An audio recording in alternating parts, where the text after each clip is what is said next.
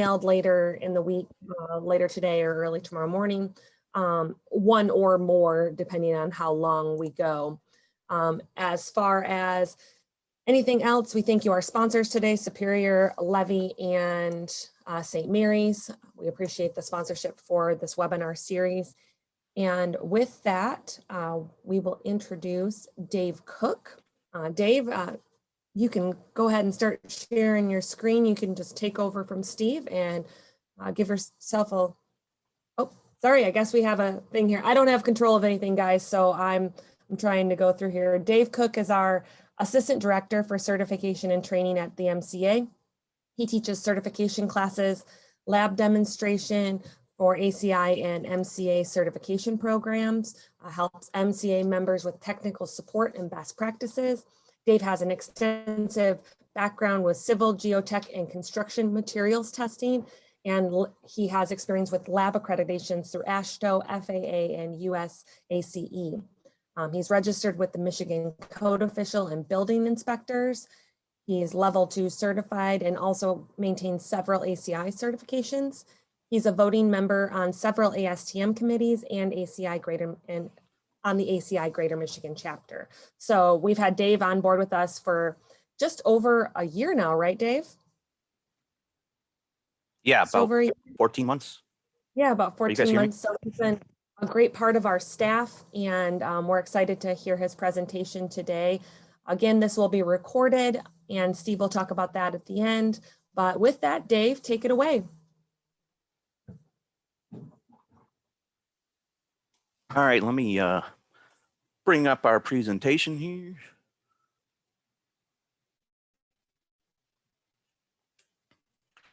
So this presentation is it's about quality control, but I'm trying to address all different types of projects. So we'll talk about DOT type projects, but we'll also talk about, residential type projects, industrial, commercial type projects. And it's kind of a big plan for how any type of project should have good quality, and quality control, quality assurance is addressed, and how you should handle those sort of things. And thank you to Superior Materials, the Levy Company, and St. Mary's for sponsoring these things. This webinar is totally different for us a little bit here, and it's not what we want to do for a winter. Usually we gather together at a hotel and get to hang out and all those sort of things, and this is a little bit different, but at least lets us get to still see you people, at least in a virtual format, and do some things and like maybe spread some interest around there in the concrete world. So Heather gave me a nice introduction there, but yeah, I've worked on a lot of federal, state, and local projects. Most of my MDOT local agency, special provision local agency things, City of Detroit, City of Ann Arbor. Been at a Metro for 3 different jobs, been up in the Thumb area, been in Alpena, so lots of airport, and then did a lot of DOE, Department of Energy, and Department of Defense and U.S. Army Corps engineers projects along rivers and lakes. Hey, Dave, sorry to interrupt, but maybe just turn off your video and maybe that audio connection will be better. All right.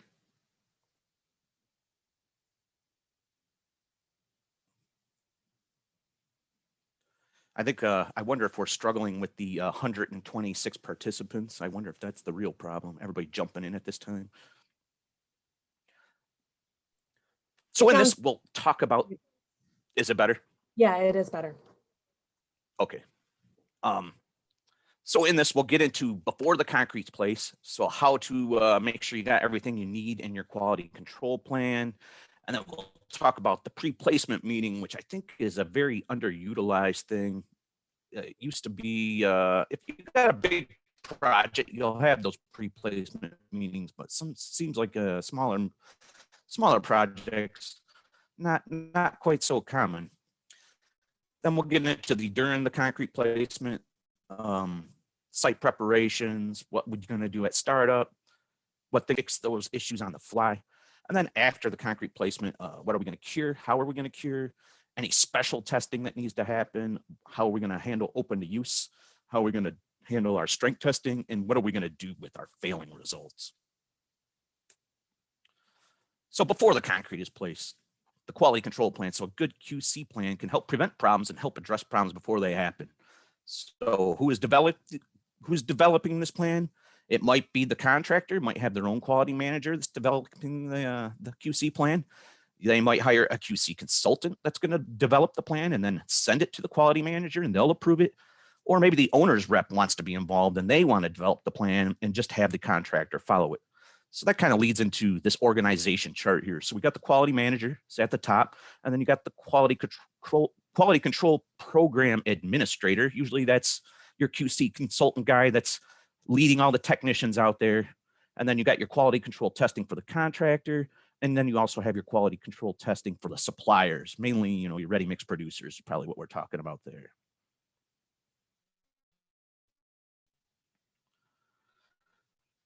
So if there's a problem, we can make sure the quality control plan addresses this and how it's reported. So kind of going back that same way, but backwards here, the field staff's going to get the results.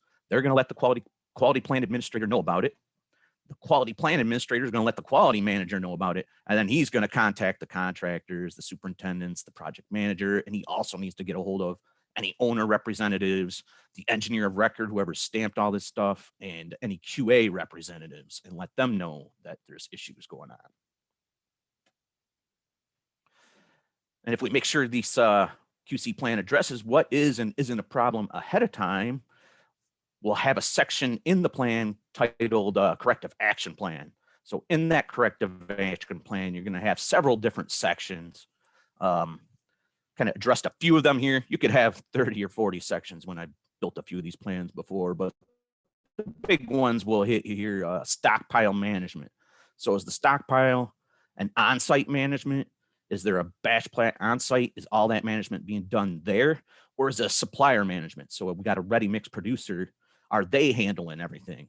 And if that's the case, are they handling the uniformity requirements? A lot of times, the new spec, particularly for MDOT, has a uniformity requirement for the gradations of the aggregates, and they will handle all that and they will submit it in separate from maybe the QC personnel in general. We'll also address mixing time and transport. So what specifications govern those mixing times and what specifications tell you how long you have it to get it from the plant to on the ground?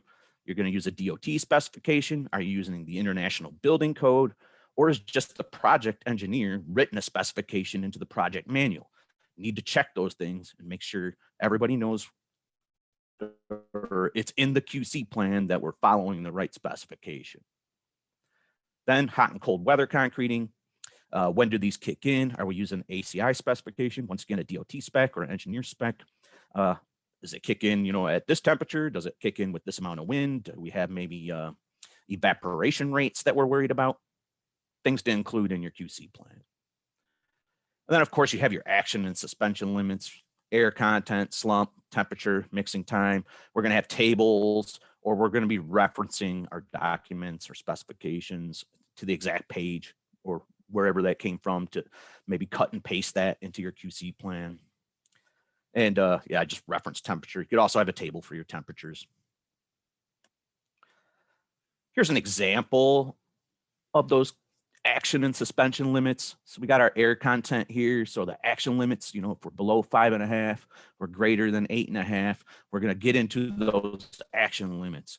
Suspension limits were less than 5, where we're greater than 9. Now we're actually suspending work. And we also have the table here that addresses air content loss. So this is if you are doing a pumping or a paving operation, you're going to take a test before. You're only allowed a certain amount of change before and after the pump or the paver. We got concrete temperature requirements, and we got slump requirements. And you may have a special circumstance if you're using a mid-range water reducer that's going to allow you more slump. That's addressed in this table here. Shout out to Steve for getting me table 1001 here. This used to be the 601 table from the MDOT manual. This is the new table. So you can see the lower limit has been changed from 60 to 65. So we're going to give the producers a little more time for their hauling in slightly warmer conditions. You see this table addresses whether we're using dump trucks, open top trucks, whether we're using open top agitating units, what some people call agitators. So that has a paddles inside it to keep the concrete mixed, or whether we're using a typical ready mix truck with closed top agitating units or regular truck mixers. And then we also address whether those closed top trucks or mixers have a retarding admixture added to it. So we get some more time there if we get those retarders in our mix. And you can see different ranges, different times. So we got the good QC plan made up. So now let's have a pre-pour meeting. Another important place to prevent our problems is to address them at a pre-pour meeting. We're going to have discussions between all the parties involved. And when then things go wrong, everyone will know what to do and know who's going to be responsible for it. Biggest thing, make sure everybody who needs to be there is there. Have a formal meeting. Have it, sent out, whether you got to do it by Zoom as we're doing right now, or whether we're going to get together at the job site trailer. Make sure the project manager is there, make sure the superintendent's there, the concrete contractor representative is there, the owner's representative, or maybe the QA consultant, if that's who's representing the owner there, the QC manager or the QC consultant, if that's who's handling the QC side. And the big one that I think gets left off often is the producer's representative. The supplier of the concrete can often make good suggestions at these meetings to head off any problems ahead of time. So at the meeting, we're going to review the QC plan and the QA plan. We're going to make sure those plans are set up in accordance with the project specifications and the contract documents. We're going to review how testing is happening in accordance with these plans. In most cases, the QC testing should make sure that the concrete contractor is providing a consistent quality product. And then the QA testing is going to verify that that concrete product meets the project specifications or the pay items. So we want to discuss, is that how that is working on this project? Sometimes the contract documents or the specifications don't clearly state those two things that way. We want to make sure that, are we going to do it that way? Or is there a different way we're going to do it? If you have this meeting, 3 guys are standing around with a truck stand sitting there. Other things we want to talk about at the pre-pour meeting, we're going to decide whether the formwork needs to be inspected. Is there any special embeds in the formwork? Are those things going to be put in? Do we need to let, the plumbing contractor, the electrical contractor, any of those people in there to get their stuff installed? Is the reinforcing steel in place? Far easier to know, what the plan is for the reinforcing steel if we discuss that at the meeting. The base course, what things do we got to make sure happens with the base course? We'll discuss that at the meeting. And then like special considerations, I call them here. Are we going to have a pump truck? Do we have tremie tubes? Are we need buggies? Do we need to find a way to stage those buggies? I was talking about the embedded items already, water stops, any drainage considerations. Make sure these are addressed at the meeting and we don't have to worry about doing them in the last minute, once again, with the truck sitting there and somebody goes, oh, by the way, there's supposed to be a water stop in there. And finally, most importantly, safety considerations. Definitely have a safety plan. Definitely know everybody's going to follow the safety plan, especially if you're like on some high up formwork and you got scaffolds. Have those scaffolds need to be inspected before we get up there and start placing concrete. 20 guys up on a scaffold moving around, a lot of safety considerations there. Then another thing to discuss at our pre-pour meeting are the mix designs appropriate, and do we have them all approved? So do we have the correct water cement ratios? DOT projects in particular, you're going to have a minimum cement requirement. Have we met that minimum cement requirement? Do we need a hot weather mix or a cold weather mix?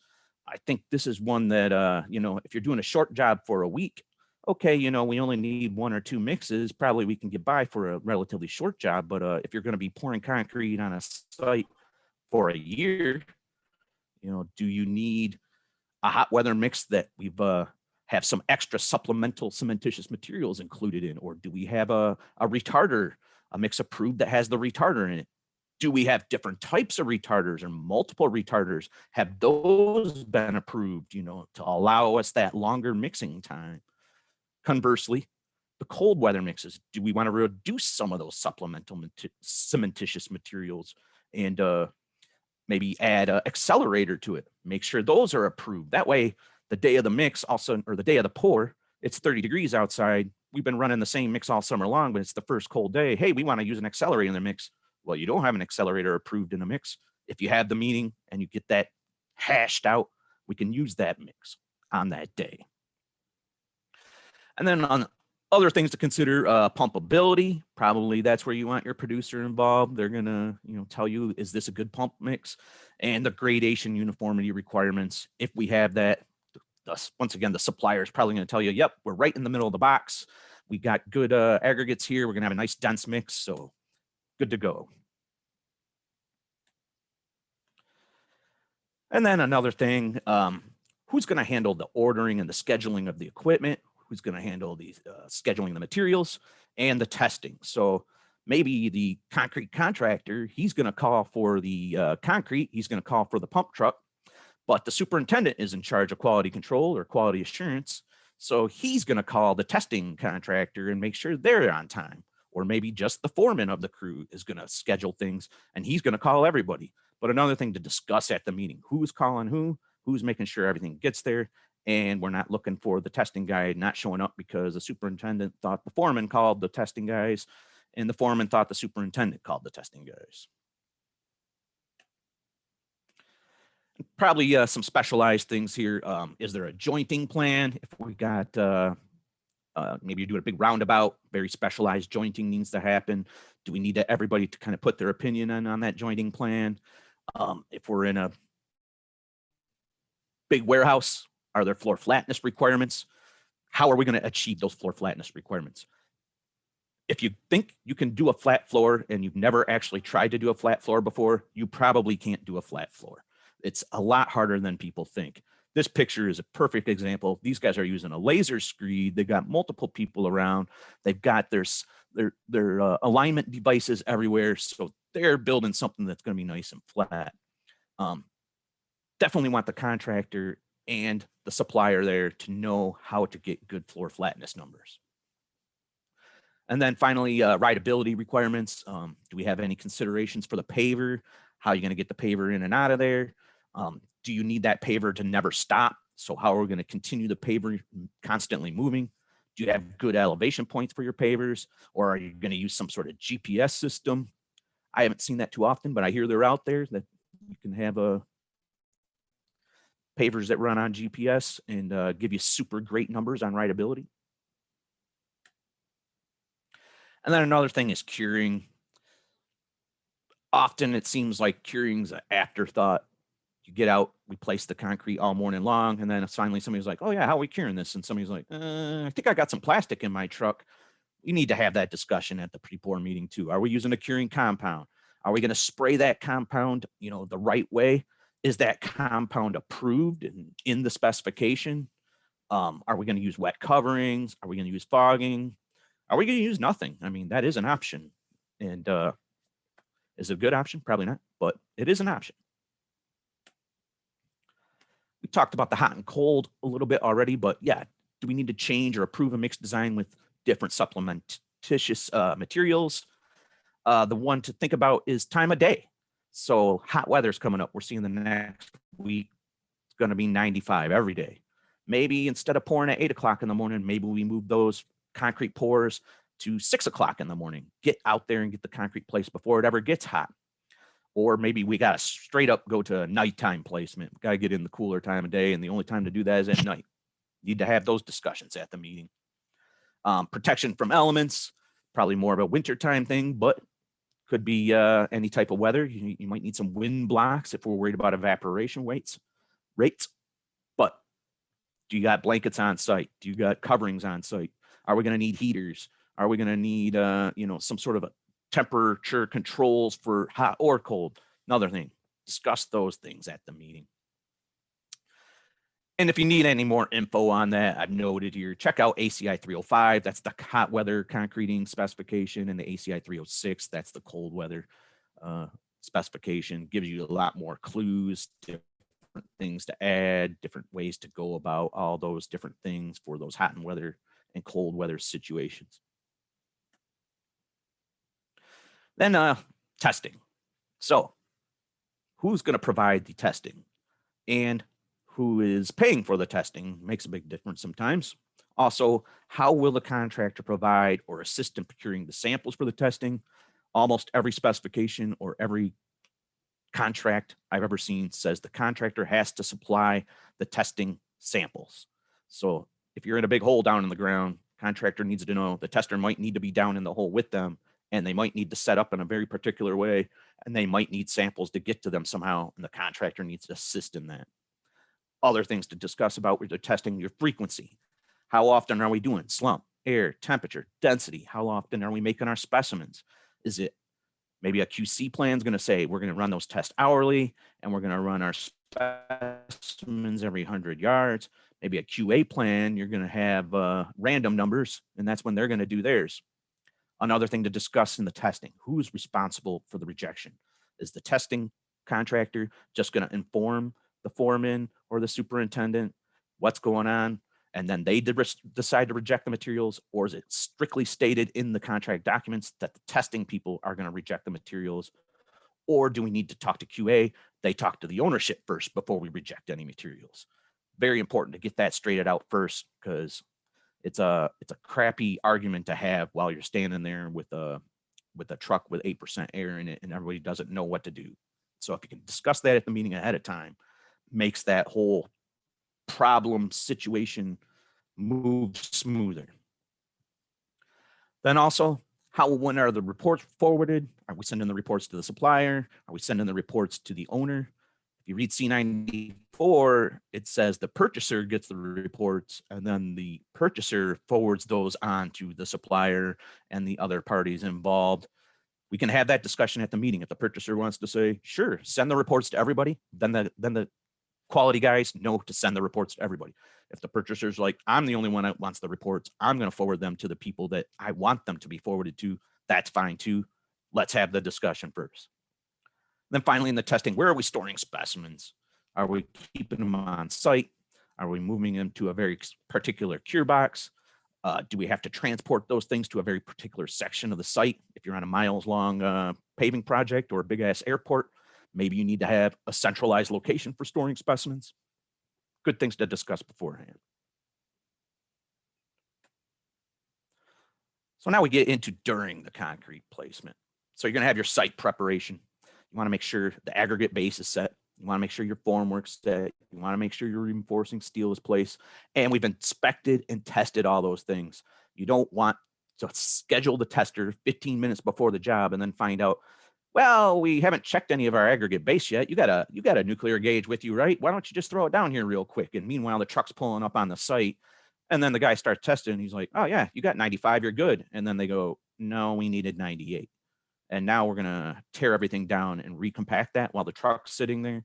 Bad planning there. We want to have any prior inspection and testing done ahead of time. Another thing, site preparations. Access to the area for the trucks or the pump truck. How are you going to move that pump truck around if you need to move it around to reach different areas of the job? Or do the trucks have to ride on our aggregate base? Well, a 100,000-pound concrete truck might do some damage to that nice aggregate base that we just got tested. Are we going to rut it up? Are we able to be ready for that rutting up to happen so we can get the trucks back? Maybe we got to readjust our ag base and recompact it real quick again to keep the concrete pour going. Kind of leads into that whole, can the placement area handle the loads? Another thing in our site preparations, where are the trucks washing out?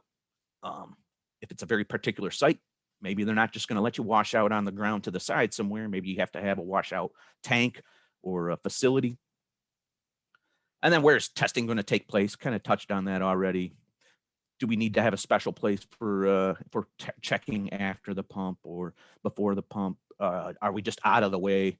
And where are our curing facilities? Where are those going to be stored at? Have that set up, ready to go in our site preparation. So at startup, typically we're going to have QC and QA startup tests and correlations going on. Make sure those guys know their tolerances. There's very particular tolerances for a DOT job, and probably any type of job. You want to know what those correlations are going to be. You're going to run a full round of tests, particularly if you need to be compliant with C94. We need slump, air content, temperature, and density. Unit weight supposed to be done if you're following C94. Next, we're going to get those startup test results. We're going to communicate those to the contractor. We're going to communicate them to the supplier. We're going to go up to the truck guy. Hey, you got a 6.2 air. You got a 3-inch slump. You got 62 degrees. Your density's right on the mix design. Have at it, pour it. And if there's any issues with those guys can call back to the plant or call back to whoever needs to know, and they can start making adjustments. Other things with our startup test, do we need a before and after the pump truck or the paver machine? A lot of times they want to see that tolerance of what's the difference between the pump truck and the end of the pump. We only got, maybe 1.5% change in air, 1% change in air, and all of a sudden, okay, now we need to change our mix. We need to let people know. The ready mix producer is the most important one. They're gonna adjust those mix based on those startup tests. It's important that the producers knows how to adjust the mix to see if the truck was fine at the plant. We want to make sure it's still fine at the site. And another one here, and I know I'm about to make some friends. A little minute about sampling. So preliminary sampling, checking for air, slump, temperature at the beginning of the load is permissible. And it's a good way to know that we're within our tolerances. If you're going to do that, you want to let about 1/4 of a cubic yard off the truck first. So about a wheelbarrow or so. Now we're going to take the sample and we're going to perform the temps. We're going to do the air, the slump, temperature, maybe the density. We're going to inform the contractor, the supplier of the results, and then they're going to carry on. You cannot mold your strength test specimens for preliminary test results. Per ASTM C31 and ASTM C94, concrete strength test specimens need to be sampled in accordance with ASTM C172, which means they need to come from a composite sample from the middle of the load and have slump, air, temp, and density, if you're following C94, performed while loading the samples. So all my technician friends out there, yes, you might have to sample the same truck twice. If you want to make cylinders and you only got 10 yards coming, but they want to check the truck to make sure it's good first, you're going to check it at the very beginning, and then you're going to need to pull another sample in the middle, and then do all your tests again, and then make your samples.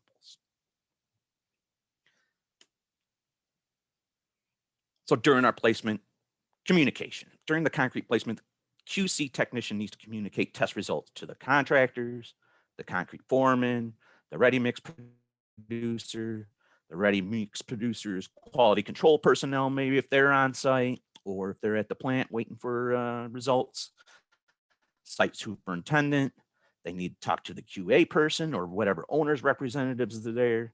And all these parties need to communicate with one another and decide if any changes need to happen during the placement. If QA tests indicate issues, slow down, the QA technician needs to communicate results to the QC personnel, and the QC needs to implement any of those action or suspension limits required from the QC plan at that point. QA personnel needs to still make their cylinders as they were going to do at their random number or whatever determination they were doing it at, but the QC needs to implement the plan of correcting whatever problems are going on. If we have open communication during the placement, we're going to get a good quality product.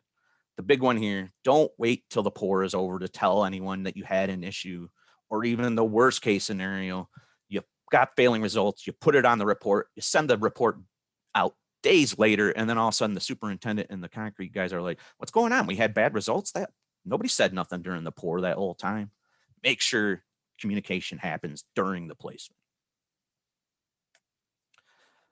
So how do we know we're having a problem? First off, check your action and suspension limits. If you're in the ranges for the action limits, let everyone know, then check the QC plan, follow its directions. The work can probably continue, but everybody needs to know that we're making adjustments. If we're in suspension limits, it's time to stop the pour. If an instant resolution can't be found, it might be time to reject the truck, or we might be going into different methods. Maybe we need to change how the pump is working. Maybe we need to change the truck concrete altogether. So here's an example, and I pulled this out of a QC plan that I wrote a few years ago. So here's what happens per the QC plan when the action limits hits. So when test results deviate from the specified ranges, immediate action will be taken to return results to acceptable levels. If the test results exceed action limits, the next available truck will be tested. Test 2 trucks in a row if necessary. Test 3 in a row if necessary. If the test results from the second truck meet acceptable rank levels, then no additional testing needs to be done. However, if the second truck also exceeds the action or suspension limits, production is stopped. The truck can be corrected on site if the limits out of specification are on the low end. Example, air content is low. We're going to add more admixture to the truck, remix, and retest it. If the limits are out on the specification on the high side, then the concrete is going to be rejected. Example here from the plan of suspension limits. If the QC suspension limits are exceeded, QC personnel will notify the contractor and the engineer or engineer's representative, and the batch plant will be instructed to stop production and adjust the mix to bring it within tolerance. Trucks with measured slump or temperature exceeding maximum specified limits will be rejected immediately, and placement will not be allowed. Regardless of the mixing time, and get 2 successful tests to meet the production limits, then we can resume concrete placement. Usually that's going to be done at the plant, but it could be done on site. Our compressive strength cylinders, so our QC cylinders, they're going to be made for information purposes, usually made at regular intervals during the placement, every 50 yards, every 100 yards. The QC cylinders are probably going to include your early test date specimens, 3 days, 7 days, and the 28 days, maybe even spares. Sometimes you make some extra spares just in case to have on hand. You may include both field cures and regular standard cured specimens. If they're field cured, make sure that they are treated the same as the concrete placed. QA cylinders are going to be made for the acceptance purposes. Usually that's random intervals. So you're either using a random number generator to know the yards that you're taking those at. There's an ASTM E something or other that has a random number chart in it that you could use. Maybe you're just going to roll some dice, but usually random intervals. Typically only going to be 28-day strength test specimens. So those are going to be your approval of payment or acceptance of compliance with the project requirements. Make sure all your standard cure specimens are kept between 60 and 80 degrees Fahrenheit, and there's some sort of monitoring system recording the temperature. So you're going to have a min-max thermometer. Maybe you got a maturity meter inside the cure box, or maybe you got one of those fancy cure boxes with all the integrated temperature controlled devices and has the communication devices in it. Flexural strength beams. So QC beams, generally made for information purposes, and we're going to use these to allow the pavement to open to traffic. Once again, might be made at regular intervals, but more commonly, you're going to make these at the end of the day on the last load. Might include our early test date specimens. So maybe you need a 1 day, you want to open traffic the next day, 3 days, 7 days, and you might also want some 28 days. Typically going to be field cured. QA beams are made for acceptance. Once again, usually at random intervals. Typically only 28-day strengths for the improvement of payment and acceptance of compliance with the project specs. Definitely want to check your project requirements on your beams. DOT's projects treat beams very, very differently than an FAA project. On an airport project, we're babying the beams to all ends. We're treating those like they're, little baby in their cradle. Whereas the DOT, we just leave them on the side of the road and hoping that they represent what's got placed that day. So now we'll get into after the concrete placement. So the curing, most overlooked and important part of the project. I said it earlier, but thinking about curing after you've already started pouring, that also often results in an underachieving product. You don't want somebody going to decide as they just finished the pour, oh, by the way, I got to drive back to the yard and get the plastic in the curing compound and drive back. And 2 hours later, we're going to start curing. Not a great plan. Want to make sure if we're using any curing compounds, we have those approved and we're placing those with the proper amount of spray. If we're doing any spraying, flooding, or misting, We've got all that stuff prepared. If we're using burlap, are we covering that with plastic coverings so the burlap stays moist? Also, how are we curing our cylinders? Also, what kind of protections are we using in hot and cold conditions? All that needs to be done when we're thinking about our curing at the end of the placement. Any specialized testing? So it's kind of getting in the weeds a little bit here, but maybe you're doing a floor inside a building. Do we need that floor flatness, floor levelness testing? When are we going to do that testing? Are you going to do it the next day?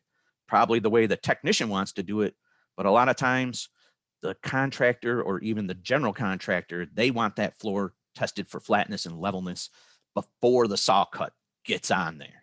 So they're going to want you there at midnight when they just got done getting the saw cutting equipment off the truck and they finally got done finishing it. Now we're going to start checking our FF and FL numbers. Another thing to consider, vapor emissions.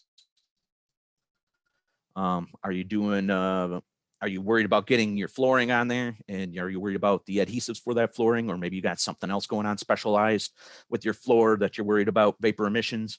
Are we using those calcium chloride test kits? That's what you're seeing right here. That's in this picture right here. So if you're not familiar with these things, so what happens is the vapors get trapped underneath this plastic and then the calcium chloride absorbs it. This is an exact known area, so you can weigh this little package of calcium chloride before and after the time limits that they talk about. And the change in that time tells you what 1 square foot, I believe is what the boxes are, of vapor is emitted during a 24-hour period. And there's different adhesives have different requirements for how much vapor emission you can have. The other one is the relative humidity probes. That's what this is over here. So there's like a little probe that you drill into the concrete, and then you can come back at any time, regular intervals, whenever you want, and you plug in this thing, and it gives you your relative humidity, and you could correlate that to emissions. Other specialized testing, we're going to have our rideability testing, maybe, and other things, typical FAA projects, they want thickness core. So you're going to come back, sometime later and actually core the concrete to make sure you've met the specification for thickness.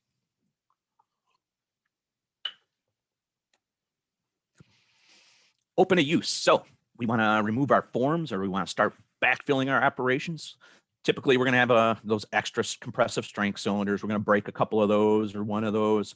We want to have 70% of our compressive strength to begin removing forms. Removal of cold protection, another thing. Do we want to see if we've got good enough strength?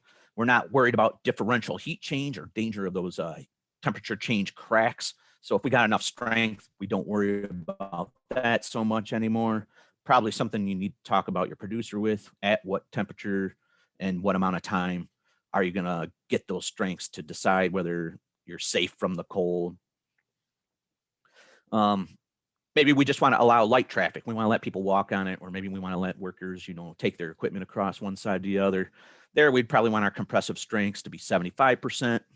I also found this equation there that it was in one of the ACI's manuals where they talk about the dead load plus the construction load divided by the total design load times the grade of concrete will give you a requirement to allow for open to light traffic.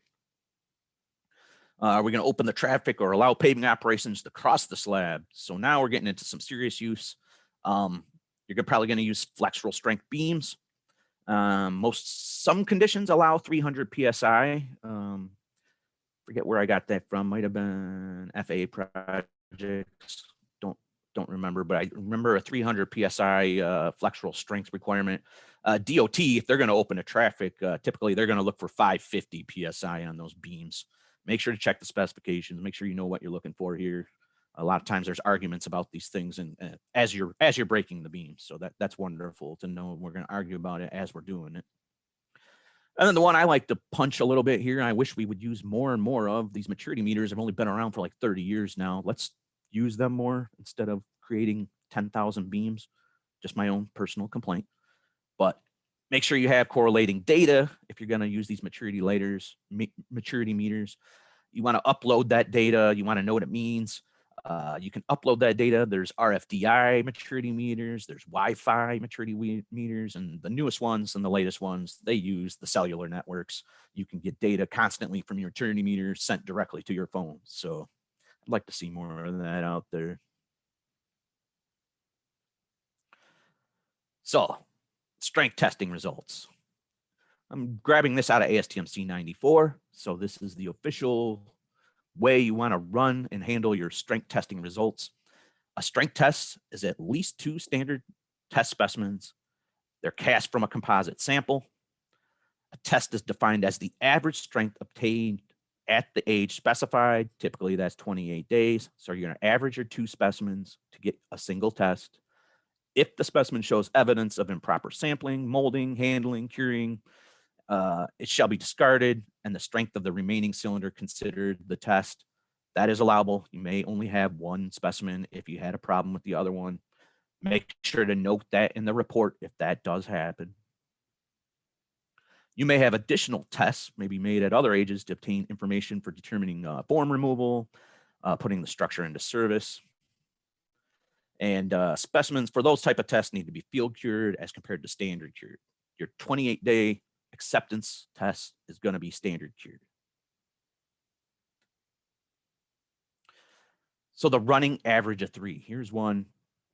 Don't think people realize is going on, but this is also in ASTM C94.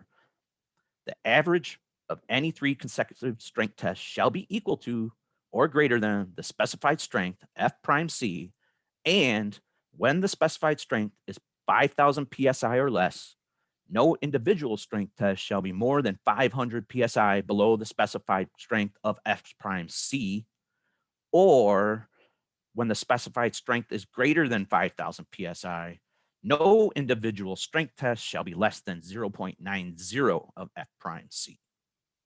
And over here, we've got a typical strength gain curve. You can see at 3 days, we got about that much. 7 days, we got about that much. 28 days, we're getting our good strength. So here's an example. I took this from our level 2 program. So anybody that's been in level 2 concrete technician, you're going to see this looks familiar. Our F prime C is 4,000 PSI. On day 1, we took specimens at 7:30 a.m. Our average of the 2 specimens with 4,500 PSI. At 9 o'clock, we did another test. We got 4,200 at that one. And at 1 o'clock, we had another test and we got 3,900 in that one. So here's the average of 3. We do that math right there. You end up with 4,200 PSI. That's okay. A lot of people see this 3,900. They're like, hey, that's not 4,000. It doesn't meet. But no, in the average of the 3 per ASTM C94, this is okay. The average of the running 3 is 4,200. Also, we met part B, no strength below 3,500 PSI. So this is okay. On day 2, we had a smaller pour. We only did 1 set of tests. Now we get 3,600. Now our average running of the 3, so now we're combining the 4,200, 4,200, the 3,900, and the 3,600. Now our average is only 3,900 PSI. This is not okay, but we do still meet the 3,500 PSI, so that's okay. So now we need to start calling people and making decisions and figuring out what's going on. So how do we deal with these failing results? First thing everybody's want to know, are they really failing? We need to get out there and get some more information. Typically, they want to use a non-destructive method to confirm this. And here's one of those non-destructive methods right here is the rebound hammer. If you're not familiar with this thing, it's a spring actuated device. So this probe here has a big spring thing in here, and then you got a calibrated adjustment and electronics in this one, but some of them just have a regular little manual meter. And you push it in, it bounces, it gives you a number that you need to correlate. Generally, this is for information. You're not going to use this as a dispute resolution. Also, it's highly affected by different surface types and different finishes. So you need to have a lot of data with the different surface types to know what those numbers, how those numbers need to be interpolated. You're going to have correlating data from other rebound tests or from on companion cylinders that are the same mix. And then you're going to create a strength comparison chart. Generally, you're going to do a bunch of these on good concrete that you know where it's good. You got good strength test results. So you get that number off the rebound and look at your strength number, correlate it. And then you're going to go to the bad sections of concrete. And then you can get some numbers and know if those bad sections, how bad they are, and if they're really bad. Probably best use of this is just to find the limits of the bad concrete. You know, granted, they're going to have a number or a location written down on the report saying, hey, we did test at column line this and this, or, you know, at station such and such. How far are those bad results coming to show up? Another way to deal with failing results, this is I call it semi-non-destructive method. This is the Windsor probe. If anybody not familiar with this, what happens is you have a metal probe that's put inside this device, and there's a charge, I think it's like a 22 caliber charge. You fire the probe into the concrete. Depending on how far that probe is able to penetrate the concrete, it can give you some information as to strength. You then take this device here and put it on the probe. So it's sitting on the probe that's actually embedded in the concrete right now, and it measures it. And then once again, you're going to have correlation data from other Windsor probe tests that you did in either some companion cylinders. You're going to create a strength comparison chart. You're going to, once again, do this in the good sections and the bad sections to make sure your concrete comparison chart is viable and good. And once again, probably just use this to find where the bad concrete is at. You're not really going to use this in a dispute resolution circumstance. The other thing, the reason I call it semi-non-destructive is that probe, you can leave it in the concrete, but it sticks out, you know, an inch or two. If you pull the thing out and they make a device for pulling it out, it usually damages the concrete some, and you'll need to come back and repair it. And finally, destructive confirmation of results, coring in accordance with ASTM 72. This is the most commonly used method to confirm test results. It leaves a large hole. It might damage the surrounding area, but we can get real, actual live results with this. You're going to take a minimum of 3 cores. You're going to average those results. You want to make sure you're doing your coring testing in strict accordance with the standards, because this is going to be representative of what you're talking about, what you're arguing about, what the lawyers are going to get involved with. You want to make sure you keep those samples moist during transportation. Once you get them back to your testing lab, you want to get those in the curing facility quickly as possible. You want to keep them in the curing facility the specified amount of time from C42. If you have any prep that you need to do those, you need to do those in strict accordance with C42. A lot of times cores, you're going to have to saw cut off that bottom end of it. You may also need to put hard caps on it because the core will not fit in your unbonded capping system for the compressive tests.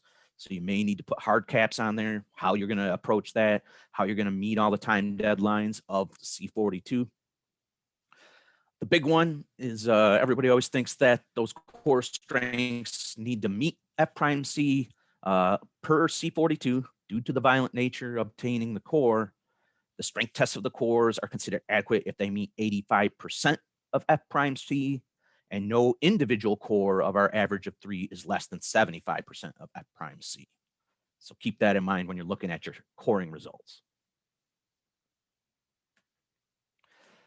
How do we deal with those failing results? Are we in a contract document or some sort of specification, strict remove and replace? It comes out.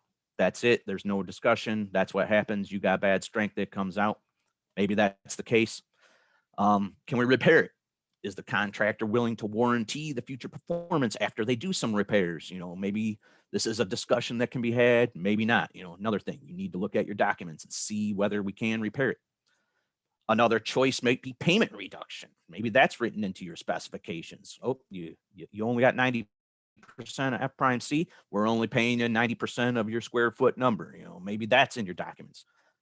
All these things, you need to get all the parties involved. You need to have discussions. You need to figure out what can and can't be done. The big one that I'm going to throw this out there and hope I'm not stepping on anybody's toes, but can the engineer back off of the F prime C? If the results are only slightly low, there's a lot of required over design built into these concrete mixes. Is that over design enough to make up for the underperforming concrete? Maybe the engineer of record, the guy stamping this stuff, maybe he can back off his spec a little bit. Maybe he's okay with 100 PSI low. But it might be, and it's a litigical society now. Everything's about contract documents. Maybe you got to stick strict to the specifications. You got to stick strict to the enforcement, and you got to do exactly what that says. All these things need to be discussed though afterwards, and that way, when it gets serious, everybody knows where they're at, and there's no like, oh, I don't know, maybe we can do this, maybe we can do that. We really know what we're going to do. So conclusions. Before the placement, we'll develop a great QC and a QA plans, and we'll make sure that everybody knows what's in it. We'll have a good pre-placement meeting with all the parties involved to discuss the pour, and then we can head off all of our QC problems before they happen. During the placement, we need the properly trained testing people with calibrated testing equipment to make sure we get good test results. If we have problems, we're going to follow that QC plan that we all looked at and figure out a way to resolve the problems.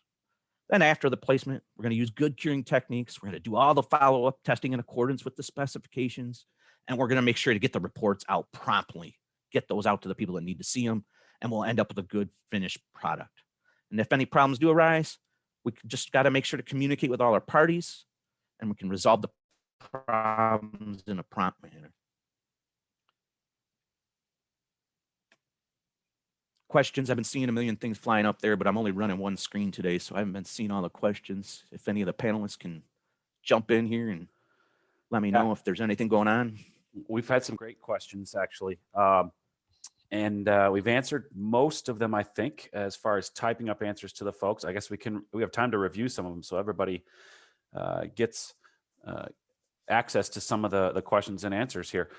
First one, I'll just let you answer it live here, Dave. How do maturity meters work? We have some people that might be unfamiliar with these. Okay, yeah, sure. So the maturity meters, they're a small, usually about like an inch by an inch, maybe 3-4 inches long plastic device. It may have a radio antenna wire that comes out of it. And what you do is you place the meter inside your placement. Usually there's a specification, there's an ASTM that actually addresses how to place them, where to place them. But typically you're going to put it in the middle of your pour, the middle of your form work. And then you may need that wire to come out if you need the device to actually connect to the wire. Most of them nowadays are using RFDI, so it's sending a signal through the air, and or they're using like a communication, like your cell phone. They might be able to send information directly to your phone. So what happens is you pour the concrete right over the maturity meter. The other thing you got to do with maturity meters is it needs a lot of pre-testing involved. So you're going to have your mix design. When you're doing your practice batch, you're going to put some maturity meters inside cylinders that you're going to break. So you'll get data off of your cylinders that as they're aging, 3 days, 7 days, 14 days, 21 days, 28 days, you're going to take maturity meter data off of those and then create graphs. And then you're going to break those actual cylinders. And then you can know where the strengths are at different days, at different times, at different temperatures. And you can correlate a chart to that.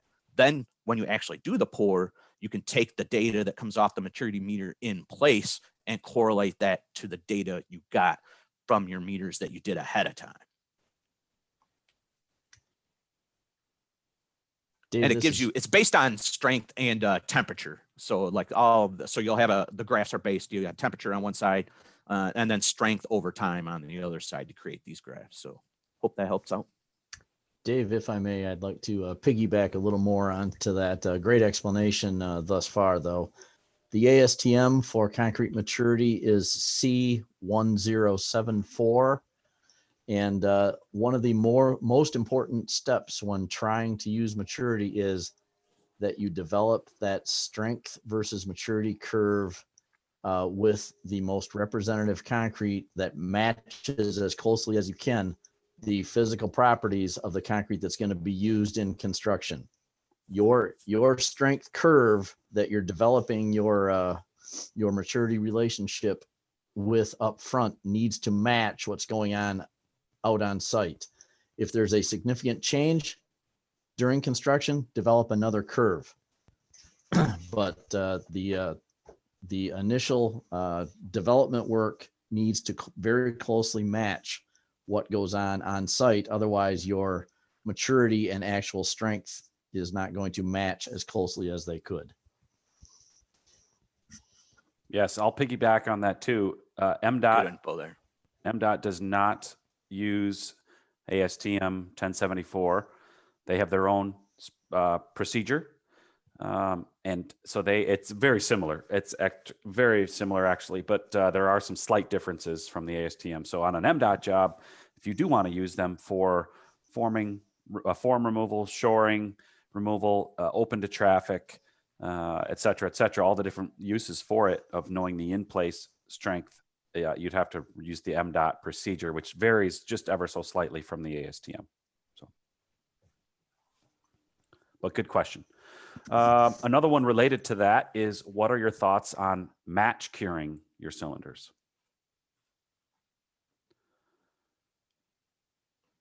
So I guess, are they talking about with the maturity meters, or do they just mean like field curing for?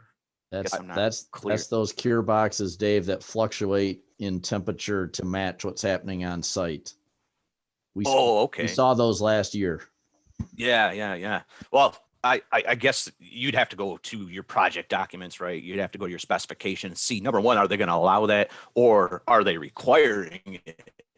Which I think would be the biggest thing. I think at the bridge, right, Gordie Howe, they are doing match curing for those mass pours. So it's one that if your job requires it, do it.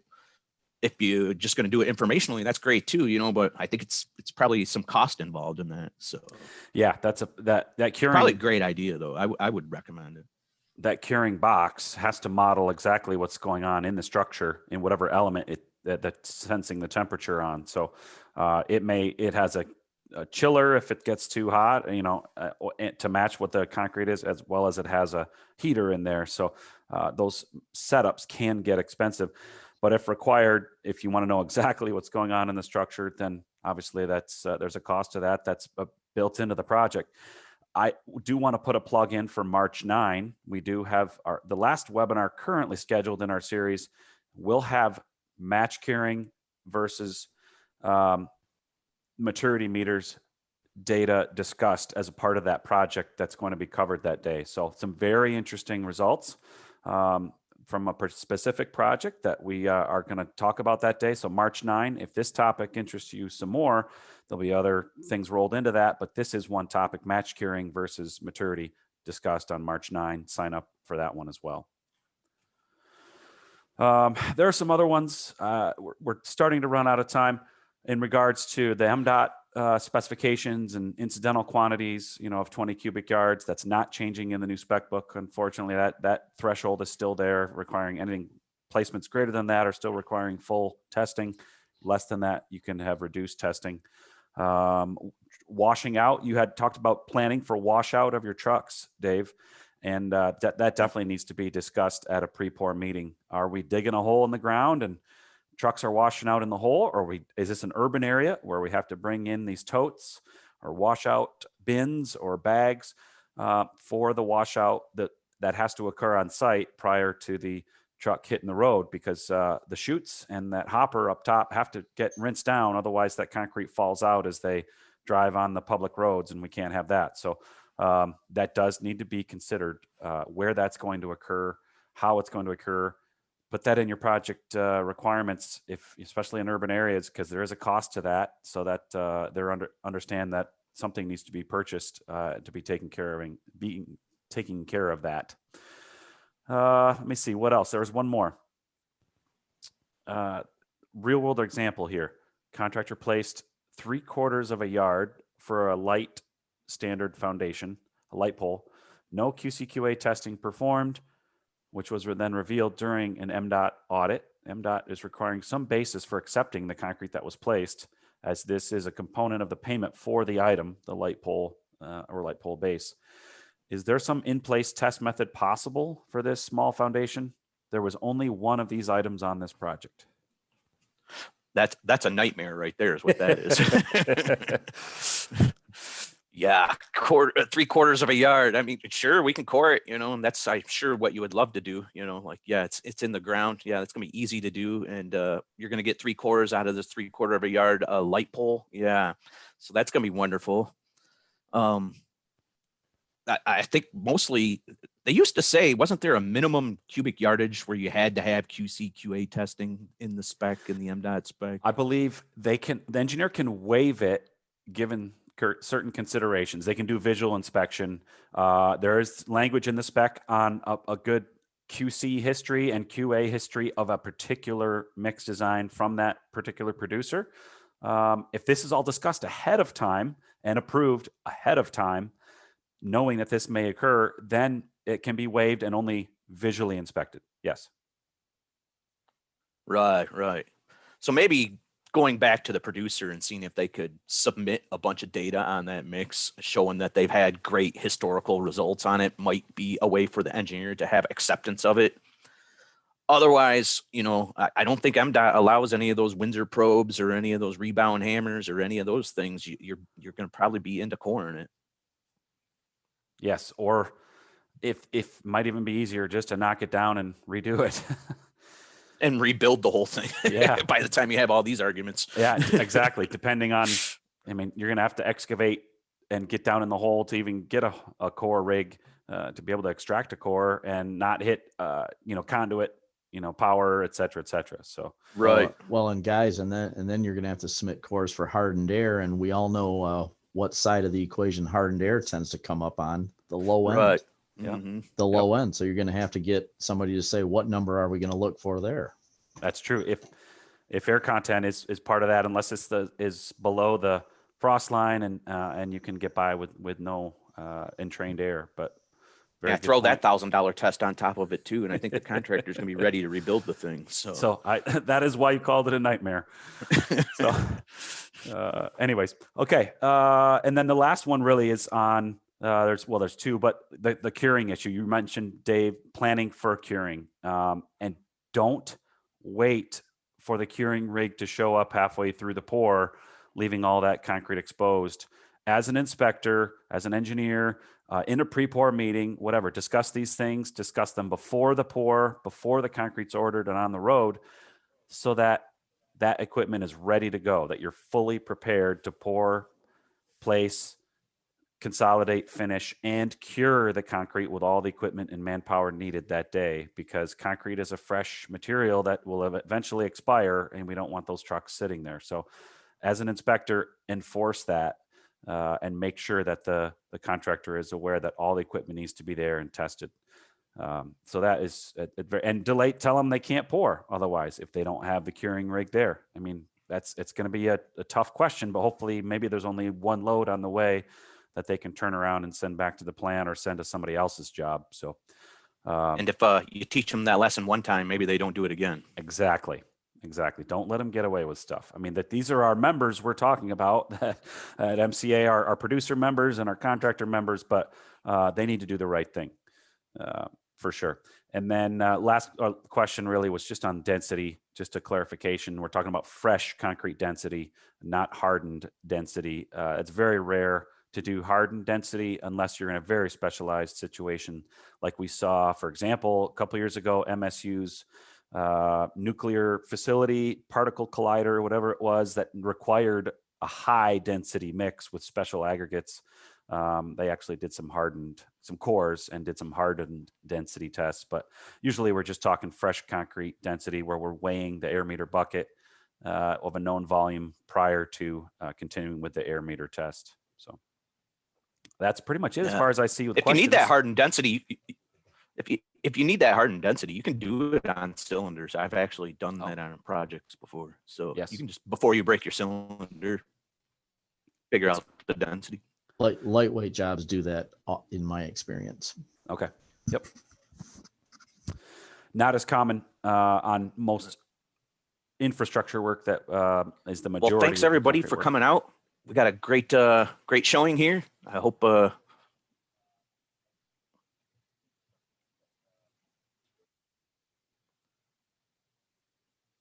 so yeah. Thanks everybody for coming out. Great seeing you. Yes, we apologize for the audio issues. We'll get back to folks with the CEH certificates later today, and we want to thank our sponsors, Superior, Levy, and St. Mary's, for sponsoring today's and many of these webinars. Again, look at our webinar schedule and look maybe tomorrow to have the video and PDF of today's webinar up for your coworkers who didn't get a chance. And we look forward to seeing you all very soon. Thanks and take care.